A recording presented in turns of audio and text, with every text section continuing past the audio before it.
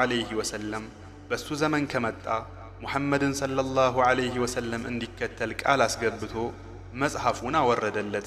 በዚህ በታዘዘው ሁኔታ ዒሳ ዐለይሂ ሰላም አላህን በመተናነስ እየተገዛ የጌታውንም ተልእኮ ማድረስ ጀመረ። ከዕለታት አንድ ቀንም ዒሳ ዐለይሂ ሰላም መንገድ ላይ ሳለ አንዲት ሴት በአንድ ቀብር ተደፍታ ስትንሰቀሰቅ ተመለከታት።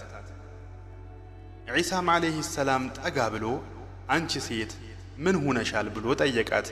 ሴትየዋም አንዲት ብቸኛ ልጄ ሞታ ነው፣ ከሷ ሌላ ምንም ልጅ የለኝም። እኔም ለጌታዬ እሷን ያቀመሳትን ሞት እስኪያቀምሰኝ ወይም ልጄን አንድ ጊዜ ቀስቅሷት እስኪያሳየኝ ይህን ቦታ አልለቅም ብዬ ቃል ገብቻለሁ አለችው። ዒሳም ዐለይሂ ሰላም አንድ ጊዜ ካየሻት ግን ይህን ቦታ ለቀሽ ትሄጃለሽን ብሎ ጠየቃት። ሴትየዋም አዎን አለች። ዒሳም ዐለይሂ ሰላም እዚያው ቦታ ላይ 2 ረክዓ ሰግዶ ወደ ቀብሩ ጠጋ በማለት አንቺ እገሊት በአላህ ትእዛዝ ቁሚ ብሎ ጠራት። ያን ጊዜ ቀብሩ ተንቀሳቀሰ። ሁለተኛም ሲጣራ ቀብሩ መከፈት ጀመረ። ሶስተኛም ሲጣራ ከጸጉሯ አፈር እየጠረገች ከቀብር ውስጥ ወጣች። ዒሳም ዐለይሂ ሰላም ከቀብር የወጣችውን ልጅ ስጠራሽ ለምን ዘገየሽ ብሎ ሲጠይቃት እሷም መጀመሪያ ስትጠራኝ አንድ መልአክ መጣና ቆመብኝ፣ ሁለተኛ ስትጠራኝ ነፍሴ በገላዬ ገባችልኝ፣ ሶስተኛ ስትጠራኝ ቂያማ የቆመ መስሎኝ ጸጉሬ ቅንድቤ ሁሉ ሸበተ አለችው።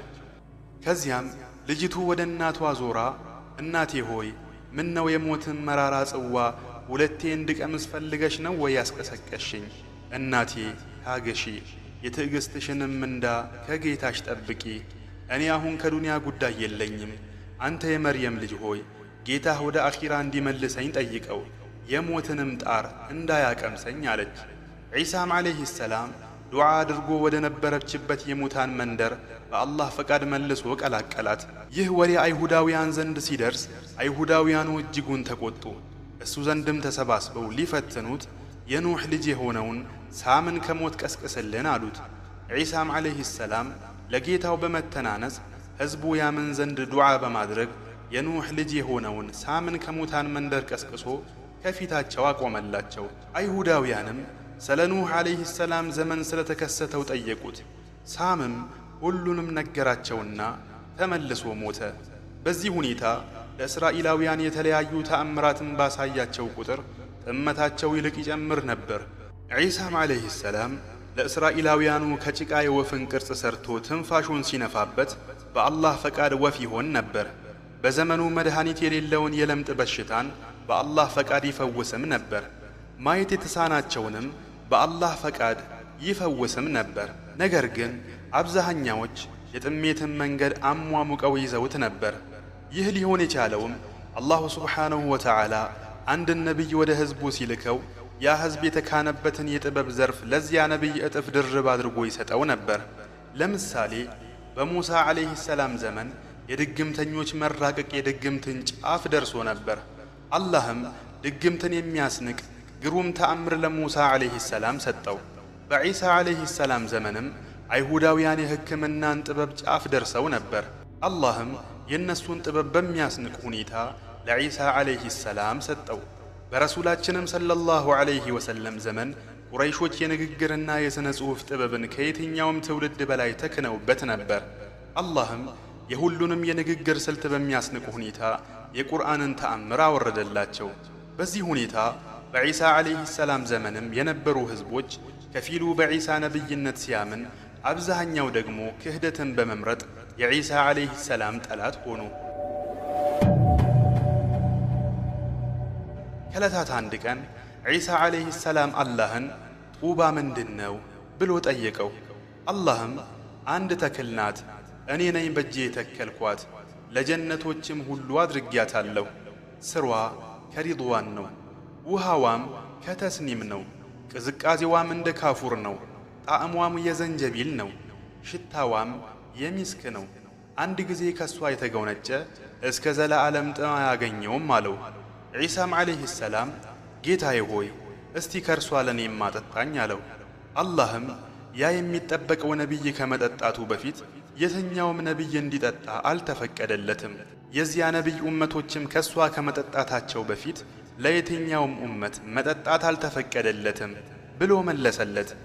አላህም ቀጠል አድርጎ ዒሳ ሆይ ወደኔ ወደ ሰማይ ከፍ አደርግሃለሁ አለው። ዒሳም ዓለይሂ ሰላም ለምን ጌታዬ በማለት ጠየቀ።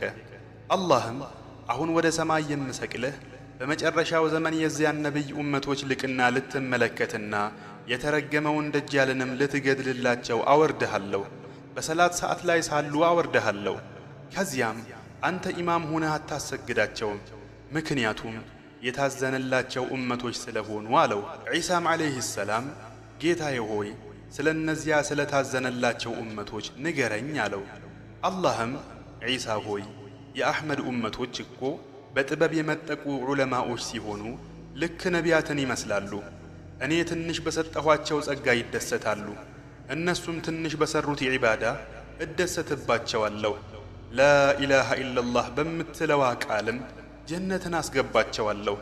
ኢሳ ሆይ እነሱ እኮ አብላጫው የጀነት ነዋሪያን ናቸው፣ ምክንያቱም የእነሱ ምላሶች ላኢላሃ ኢለላህ በማለትን የተናነሱትን ያህል የማንም ኡመት አልተናነሰም። የእነሱ ትከሻዎች ለኔ ስጁድ በማድረግ የተናነሱትን ያህልም የማንም ኡመት ትከሻ ለኔ ስጁድ በማድረግ አልተናነሰም አለው። በሌላ ቀንም ዒሳ ዓለይሂ ሰላም አንድ ትልቅ ተራራ ላይ አላህን እያመለከ ሳለ ኢብሊስ መጣ። ወደ ዒሳም ዓለይሂ ሰላም ጠጋ ብሎ አንተ አይደለህ እንዴ ሁሉ ነገር በቀዳና በቀደር ነው እያልክ የምትሰብከው አለው። ዒሳም ዓለይሂ ሰላም አዎና አለው። ኢብሊስም እስቲ ከዚህ ተራራ ዘለልና ቀደር ነው በል አለው። ዒሳም ዓለይሂ ሰላም አንተ እርጉም፣ አላህ ባሪያዎቹን ይፈትናል እንጂ ባሪያዎች አላህን አይፈትኑትም አለው። ኢብሊስም የመርየም ልጅ ሆይ አንተ የአምላክነትህ ልቅና በልጅነትህ እንድትናገር አድርጎሃል አለው። ዒሳም ዓለይሂ ሰላም ልቅናም ሆነ አምላክነት ያ በልጅነቴ ላናገረኝና አኑሮ ለሚገድለኝ አላህ ብቻ ነው አለው። ኢብሊስም የመርየም ልጅ ሆይ አንተ በአምላክነትህ ልቅና ሙታንን ሕያው አድርገሃል አለው። ዒሳም ዓለይሂ ሰላም ልቅናም ሆነ አምላክነት ያ የፈለገውን ሕያው ለሚያደርግ አላህና እኔ በሱ ፈቃድ ሕያው ያደረግኩትን ለሚገድለው አላህ ነው አለው። ኢብሊስም ወላሂ አንተ እኮ በሰማያትም በምድርም ጌታ ነህ አለው። ይህን ጊዜ ጅብሪል ዓለይሂ ሰላም በክንፉ ኢብሊስን በከፍተኛ ሁኔታ ሲመታው ኢብሊስ በአንዴው የፀሐይ መውጫ ላይ ደረሰ። ዳግም ሲመታው ወደ ምዕራብ መጨረሻ ደረሰው። አሁንም ዳግም ክፉኛ ሲመታው በጭቃ እስኪላወስ ድረስ ሰባተኛ ባህር ውስጥ ዘፈቀው። ከዚያም ይህ